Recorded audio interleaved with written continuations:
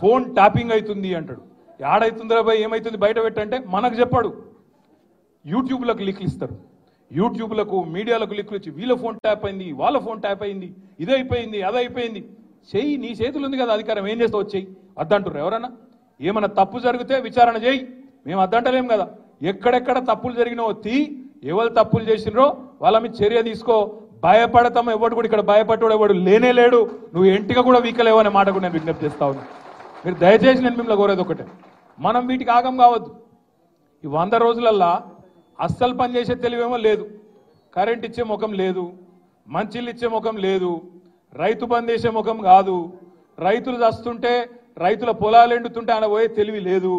ఓదికు ఇసుక దందా, ఓదికు రైస్ మిల్లర్లను పిలిచి బెదిరించుడు, ఓదికు క్రషర్లను పిలిచి బెదిరించుడు, ఓదికు బిల్డర్లను పిలిచి బెదిరించుడు.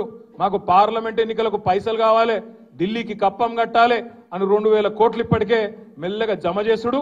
ఆ జమ చేసుడు బయటికి రాకుండా ఏం చేయాలి? ఇగో ఫోన్ ట్యాపింగ్ అవుతుంది, ఇగో ఈ స్కామ్ అవుతుంది, గొర్రెల స్కామ్ అవుతుంది, బర్రెల స్కామ్ అవుతుంది అని టీవీలలో తిప్పాలి, మన నెత్తులన్నీ ఖరాబ్ చేయాలి. అసలు కథ ఏంది? కిందనేమో ఇసుక స్కామ్లో ఒక మంత్రి దొరుకుతాడు, ఇంకో దగ్గర రైస్ మిల్లర్లు ఇంకో మంత్రి బెదిరిస్తాడు, ఇంకో దగ్గర క్రషర్ల మీద దాడులు చేసుకుంటా అక్కడ పైసలు వసూలు చేస్తారు, ఇక్కడ బిల్డర్ల మీద దాడులు చేసుకుంటా ఇక్కడ పైసలు వసూలు చేస్తారు. నేను అడుగుతున్నా రేవంత్ రెడ్డి, హైదరాబాద్ పరిధిలో ఇలా నువ్వే మున్సిపల్ మంత్రివి, నేను ఇదివరకు మొన్నటిదాకా నేను డిసెంబర్ దాకా నేను మంత్రిగా ఉంటి కాబట్టి నాకు తెలుసు డిపార్ట్మెంట్లో ఏం జరుగుతుందో నాకు కూడా తెలుసు.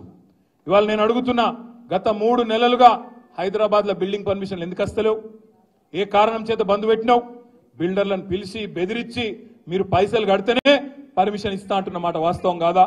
ఢిల్లీకి 2500 కోట్లు నువ్వు సామంతరాజు కాబట్టి ఢిల్లీకి కప్పం కట్టాలి కాబట్టి ఇవాళ అక్కడ 2500 కోట్లు జమ చేసి కట్టిన మాట వాస్తవం కాదా? ఇవి దోపిడీ సొమ్ము కాదా? ఇలా నువ్వు మాట్లాడతావు ఈ తప్పు జరిగింది ఆ తప్పు జరిగింది అని బోగస్ ముచ్చట్లు, కేసీఆర్ని తిట్టుడు, అడ్డమైన ఛానళ్లలో ప్రచారాలు చేసుడు, పబ్లిక్ దిమాక్ అంతా ఫిరాయించిపోయేటట్టు అడ్డమైన మాటలు మాట్లాడు, అసలు మాటలు మాట్లాడు. ఈ మధ్యలో మీరు తెలుసు హైదరాబాద్లో ఏం జరిగిందో పద్మారావు గారికి కూడా మన కేసీఆర్ గారు చెప్పినారు, గోపి గారు కూడా చెప్పినారు.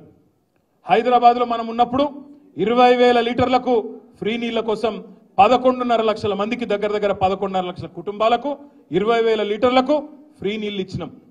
కానీ ఈ ప్రభుత్వం వచ్చినాక, కాంగ్రెస్ ప్రభుత్వం వచ్చినాక మొన్న దగ్గర 8 లక్షల కుటుంబాలకు కొత్తగా 1000 రూపాయల బిల్లులు పంపిస్తా ఉన్నారు బస్తీలలో. ఇయ్యాలి దాని మీద కొట్టాడవలసిన బాధ్యత మన మీదనే ఉన్నది అనే మాట నేను మీకు గుర్తు చేస్తా ఉన్నా, విజ్ఞప్తి చేస్తా ఉన్నా. అదేవిధంగా ఫ్రీ కరెంట్ అన్నారు, ఫ్రీ కరెంట్ 200 యూనిట్ల వరకు అన్నారు. మరి ఈరోజు ఏమైతుంది? ఇళ్లల్లా కిరాయినోళ్ళకేమో వర్తించది, ఓనర్కు మాత్రమే ఇస్తాం అని చెప్పి ఇలా కిరాయినోళ్లకు ఇయ్యకుండా అందరికి ఇస్తామని మొదలు చెప్పిండ్రు. మొదలేమో అందరికి అన్ని ఫ్రీ అన్నారు, ఇప్పుడేమో కొందరికే కొన్ని ఫ్రీ అంటాను. రేషన్